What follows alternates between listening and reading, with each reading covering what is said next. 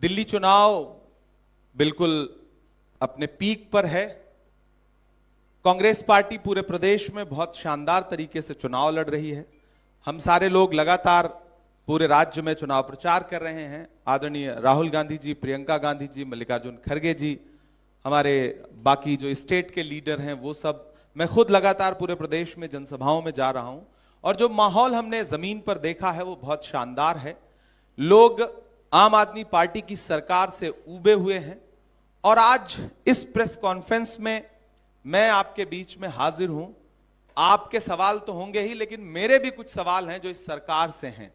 और ये जो पीछे आप देख रहे हैं, आपने दिया धोखा, अल्पसंख्यक फिर क्यों दे मौका। आम आदमी पार्टी के नेता लगातार अल्पसंख्यकों का वोट लेते आए हैं और अल्पसंख्यकों ने झोली भर के पिछले 2 चुनावों में आम आदमी पार्टी को वोट भी दिया। लेकिन सच्चाई यह है कि पिछले 10 साल में लगातार उनको छला गया, उनको ठगा गया, उनके किसी भी मुद्दे पर आम आदमी पार्टी कहीं भी खड़ी नहीं हुई। आप आम आदमी पार्टी की जो टीम है आप उसको देखेंगे तो उसमें एक भी मुस्लिम नहीं है, उसमें एक भी किसी भी मुस्लिम को प्रतिनिधित्व तो नहीं दिया गया है। आप पिछले 2 राज्यों से उन्हें राज्यसभा में सदस्य भेजने का मौका मिला, दिल्ली और पंजाब से, उसमें एक भी किसी भी मुस्लिम को मौका नहीं दिया गया। तो स्पेशली दिल्ली में इस बात को लेकर के अल्पसंख्यकों में बहुत गुस्सा है, वो लगातार सवाल पूछ रहे हैं। और मैं यहां इस प्रेस कॉन्फ्रेंस के माध्यम से पूर्व मुख्यमंत्री केजरीवाल जी से 5 सवाल करना चाहता हूं और चाहता हूं कि आपके माध्यम तक मेरे ये सवाल उन तक पहुंचे। पहला सवाल है कि जहांगीरपुरी और पूर्वी दिल्ली में जो सांप्रदायिक हिंसा हुई उस पर केजरीवाल जी पूरी तरह से चुप रहे।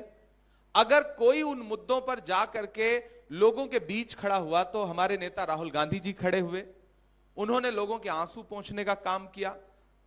सरकार के मंत्री, सरकार के मुखिया अरविंद केजरीवाल जी अपने घर से बाहर नहीं निकले।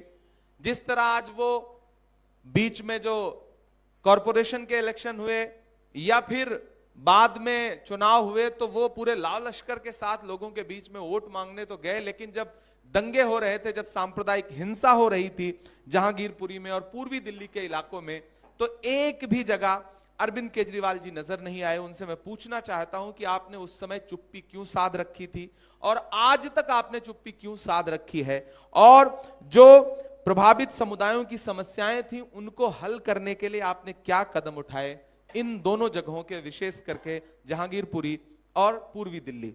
मेरा दूसरा जो बहुत महत्वपूर्ण सवाल है और जो जिसके विजुअल आपके सामने भी हैं, वो सवाल यह है कि जब गुजरात में बिल्किस के दोषी जो थे, उसके बलात्कारी जो थे, उनको जब गुजरात सरकार ने रिहा किया, उसके बाद पूरे देश में एक गुस्सा था, लोग सवाल पूछ रहे थे। और जब मीडिया के एक साथी ने वही सवाल दिल्ली के उप मुख्यमंत्री मनीष सिसोदिया जी से पूछा तो मुझे वो विजुअल आज भी याद है कि किस तरह से उन्होंने अपने सामने से माइक हटाया था चैनल का और उस सवाल को एकदम नकार दिया था उन्होंने। तो मैं आम आदमी पार्टी से पूछना चाहता हूं कि मनीष सिसोदिया जी की जो शर्मनाक चुप्पी थी बिल्किस के मामले में, एक तो बिल्किस महिला थी, महिला होने के नाते आपको बोलना चाहिए था, आप चुप रहे सिर्फ इसलिए क्योंकि बिल्किस मुस्लिम महिला थी। तो मेरा सवाल है कि यह शर्मनाक चुप्पी क्यों। तीसरा मेरा बहुत महत्वपूर्ण सवाल है कि जब देश भर में सीए एनआरसी के आंदोलन चल रहे थे और शाहीन बाग एक प्रतीक के तौर पर, एक प्रतिरोध का प्रतीक बनकर के शाहीन बाग पूरे देश के सामने खड़ा हुआ और लगातार माएं, बहनें, बुजुर्ग महिलाएं प्रोटेस्ट करते हुए शाहीन बाग में बैठी रहीं, सर्द शामों में, सर्द रातों में। उस दौरान मुख्यमंत्री अरविंद केजरीवाल जी, उनके तमाम कैबिनेट के लोग जिस तरह से शाहीन बाग आंदोलन को लेकर के गृह मंत्री को चुनौतीपूर्ण तरीके से कह रहे थे कि अगर मैं गृह मंत्री होता तो 2 घंटे में शाहीन बाग खाली करवा देता, इससे उनकी मंशा पता चलती है। इससे वो हाशिए पर मौजूद किसी भी समुदाय के लोग लोकतंत्रात्मक तरीके से प्रतिरोध के अधिकार का मखौल उड़ाते हुए दिखते हैं। मेरा सवाल है कि आपकी वो चुप्पी क्यों थी? आप क्यों उस आंदोलन के विरोध में थे, जबकि वो अपने अधिकारों को लेकर के किया जा रहा एक आंदोलन था? चौथा बहुत महत्वपूर्ण सवाल है, जो दिल्ली के अल्पसंख्यकों के साथ साथ देश भर के मुसलमानों को कचोटता है।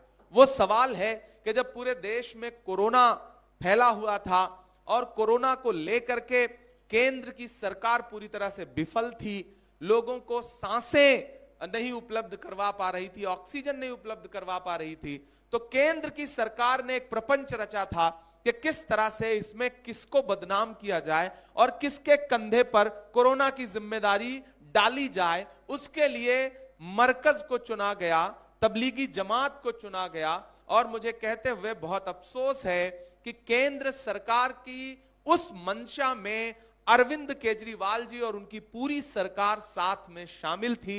और जिस तरह से दिल्ली राज्य सरकार के बुलेटिन निकलते थे, उनकी तरफ से जो नोटिफिकेशन जारी होता था, उसमें कोविड पेशेंट के साथ साथ मरकज का जो अलग से एक कॉलम देश के सामने उन्होंने रखा, उससे पूरे देश में तबलीगी जमात को और मरकज को लगातार नफरत का सामना करना पड़ा, बदनाम होना पड़ा।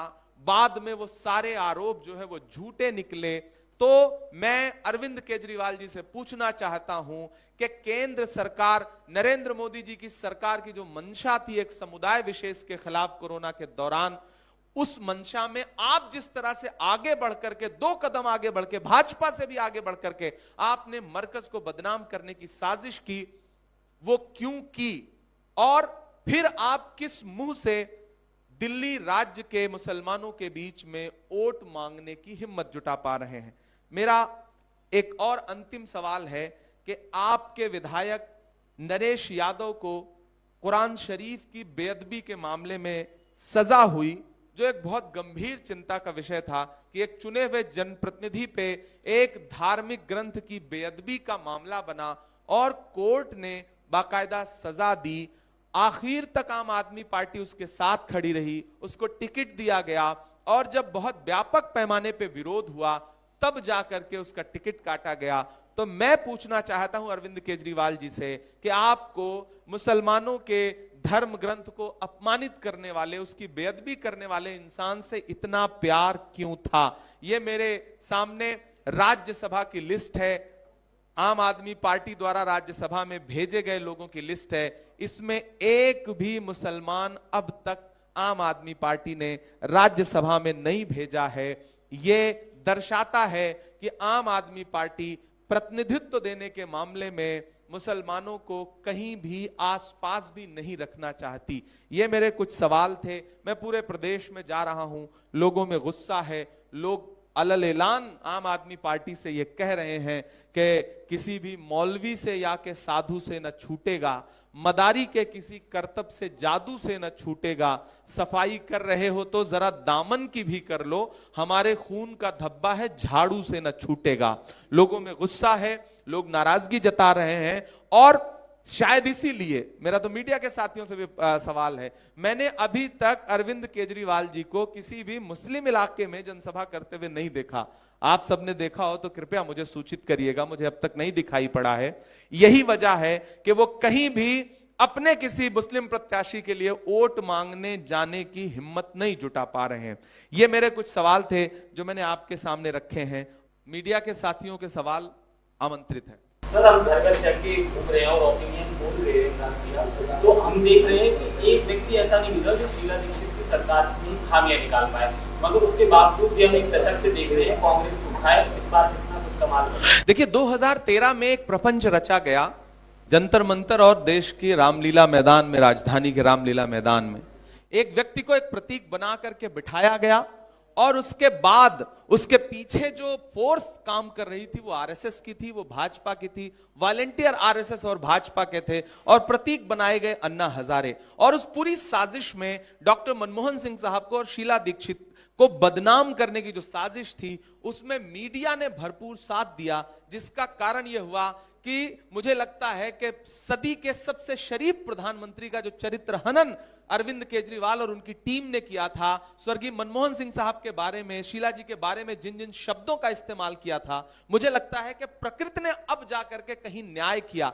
मनमोहन सिंह जी जैसे व्यक्ति पे जो लांछन लगाए थे भ्रष्टाचार के, प्रकृति की लाठी में आवाज नहीं होती है, कुदरत की लाठी में, और उन भ्रष्टाचार के झूठे आरोपों की सजा पूरी आम आदमी पार्टी को यूं भुगतना पड़ा कि मनमोहन सिंह साहब जब दुनिया से कूच करके गए तो दुनिया का हर व्यक्ति उनके लिए मातम करता रहा। देश को अब एहसास हुआ कि मनमोहन सिंह जी क्या शख्सियत थे। और जिन आरोप लगाने वाले, भ्रष्टाचार का आरोप लगाने वाले अरविंद केजरीवाल, मनीष सिसोदिया, उनकी पूरी कैबिनेट खुद भ्रष्टाचार के आरोप में जेल काट के आई। यह प्रकृति का इंसाफ था।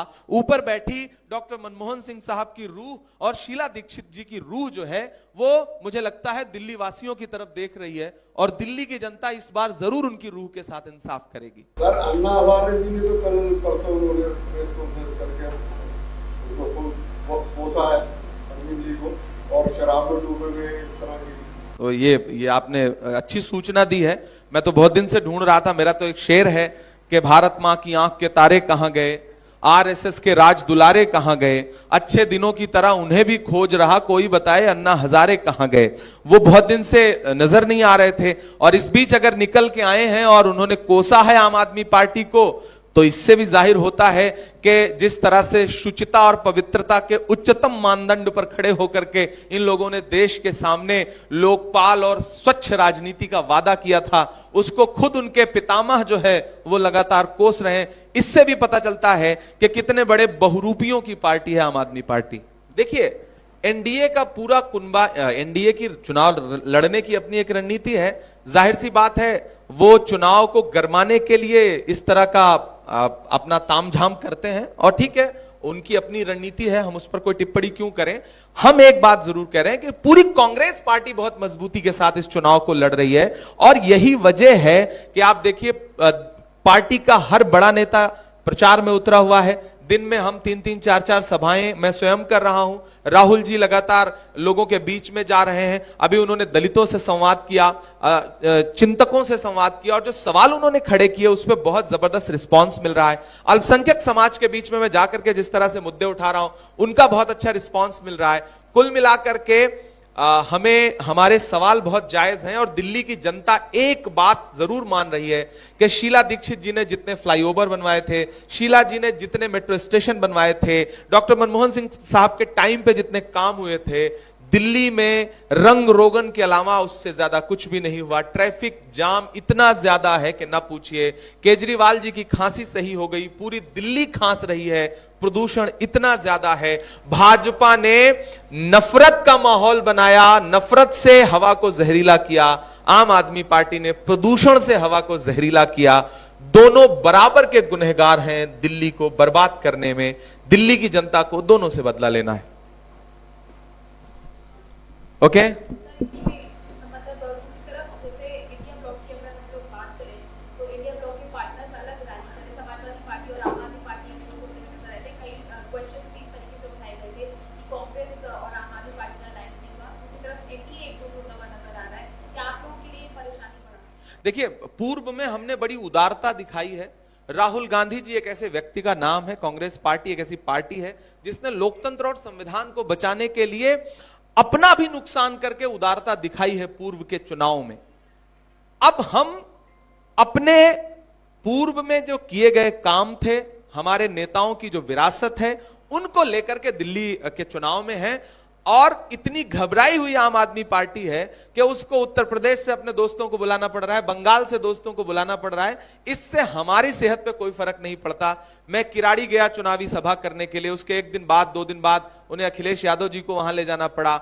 मैं जंगपुरा गया, बाद में उन्हें अपने सांसदों को ले जाना पड़ रहा है। धर्मेंद्र यादव जी वहां जा रहे हैं, तो ठीक है, वो मित्रता निभा रहे हैं। हम अकेले इस स्थिति में हैं कि हम दिल्ली में बहुत मजबूती से चुनाव लड़ रहे हैं। हमारा कार्यकर्ता जो पूर्व में गठबंधन से दिल्ली में कहीं ना कहीं थोड़ा सा सुस्त हो गया था, वो बहुत मजबूत होकर के दिल्ली में चुनाव लड़ा रहा है। हमारा कैडर खड़ा हुआ है और एक बार फिर से हम शीला दीक्षित जी वाली दिल्ली वासियों को देने का वादा कर रहे हैं और लोग हम पर भरोसा जता रहे हैं। पानी के बारे में क्या कहेंगे? हरियाणा और ब्लेम गेम जो खेल, देखिए ब्लेम गेम में जो सच्चाई है वो आपके सामने है। अब तो मैं अरविंद केजरीवाल जी से पूरी जमुना के पानी नहीं बल्कि चुल्लू भर पानी की बात करूंगा कि वो चुल्लू भर पानी लें और एक बार उस चुल्लू भर पानी में खुद को देखें और फिर देश से माफी मांगे।